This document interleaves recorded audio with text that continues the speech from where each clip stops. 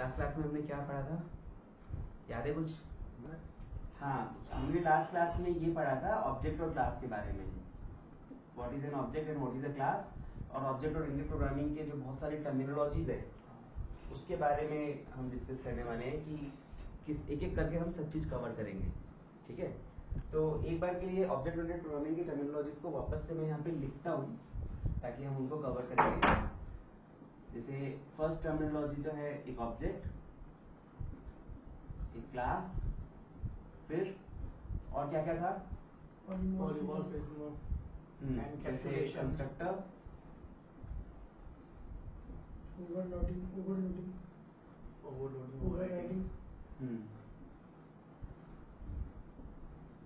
Message passing,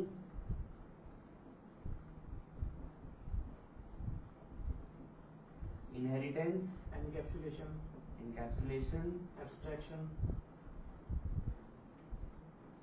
abstraction, call by value, call by reference, polymorphism,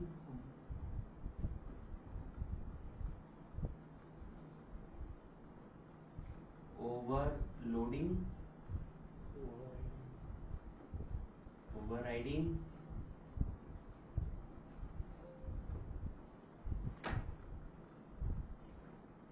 static and instance members, value type and reference type, और जैसे access modifiers,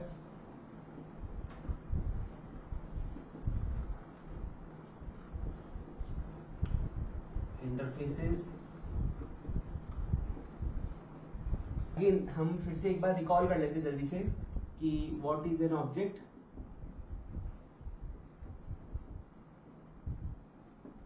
और what is a class.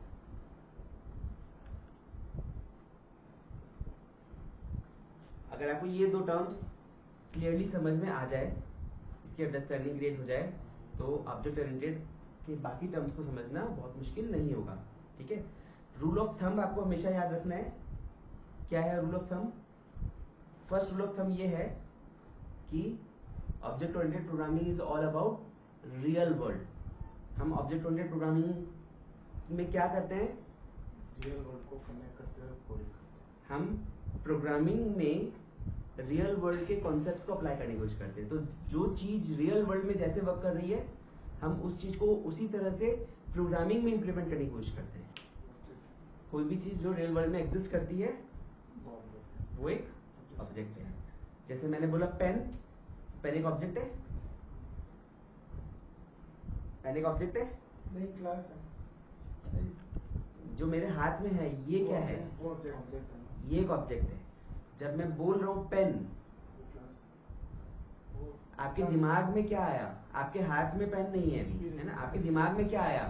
Pen की specification कुछ है जिससे हम लिख सकते हैं, है ना? आपके दिमाग में कुछ पिक्चर आया कि कुछ है जो लंबा सा कुछ होगा, जिसके ऊपर कुछ टिप होगा, जिसका कोई ढक्कन होगा, और जिसको हम किसी सरफेस पे लिखें, कुछ करेंगे, रब करेंगे तो लिखा जाएगा उससे। ये सब आपके माइंड में आया ना? पर उसे आप लिख सकते हो क्या?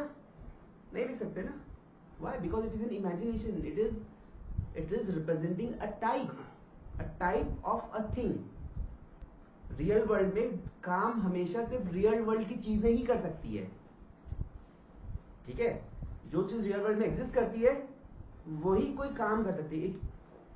Work can be done something by which exist in the real world. अगर एग्जिस्टेंस में नहीं है तो वो कर नहीं सकता, है ना? तो what is an object?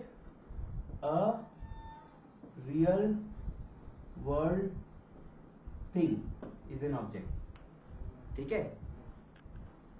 What is a class? कैसे बताओगे what is a class? Simple term से आप बोल सकते हो type of an object is a class, या स्पेसिफिकेशन ऑफ एन ऑब्जेक्ट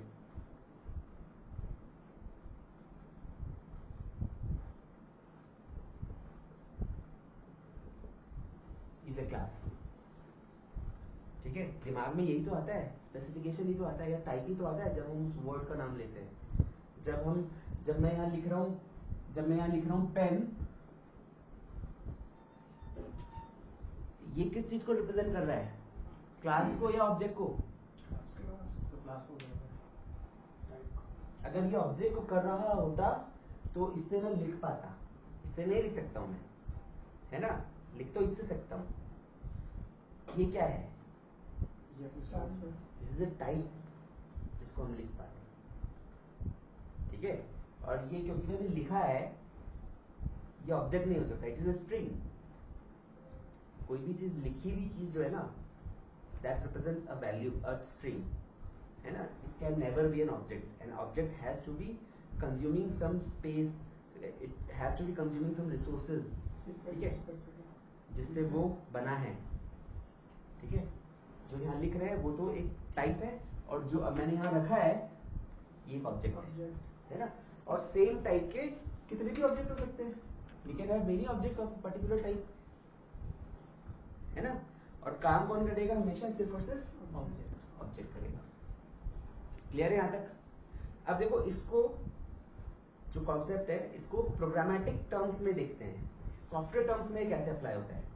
ठीक है, सॉफ्टवेयर टर्म्स में टाइप क्या होता है और ऑब्जेक्ट क्या होता है। मतलब सॉफ्टवेयर को तो हम रियल वर्ल्ड में कैसे लेके आएंगे, मतलब जैसे मैंने हाथ में पेन पकड़ रखा है, हम रियल वर्ल्ड ऑब्जेक्ट्स को पकड़ सकते हैं ना हाथ में, क्योंकि वो रियल वर्ल्ड में है।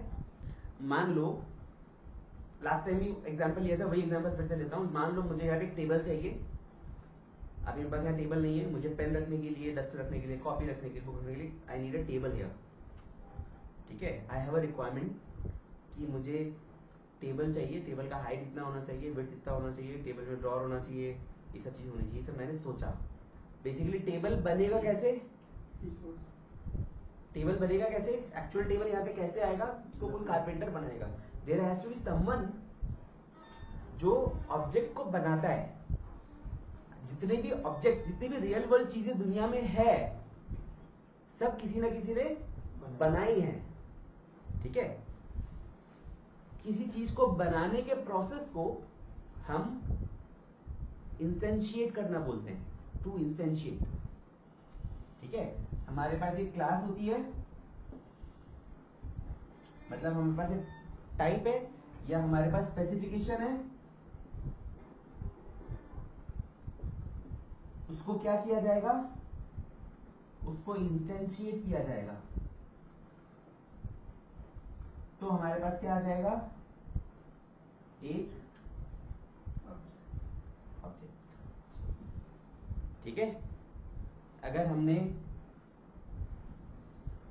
पेन के बारे में चीजें लिख दी, मैंने पेन नाम की एक क्लास बनाई, उसमें मैंने लिख दिया कि पेन से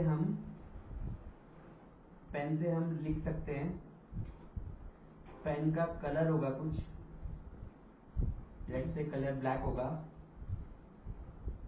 पेन का टाइप मार्कर होगा। इस तरह से पेन के बारे में चीजें मैंने लिख दी।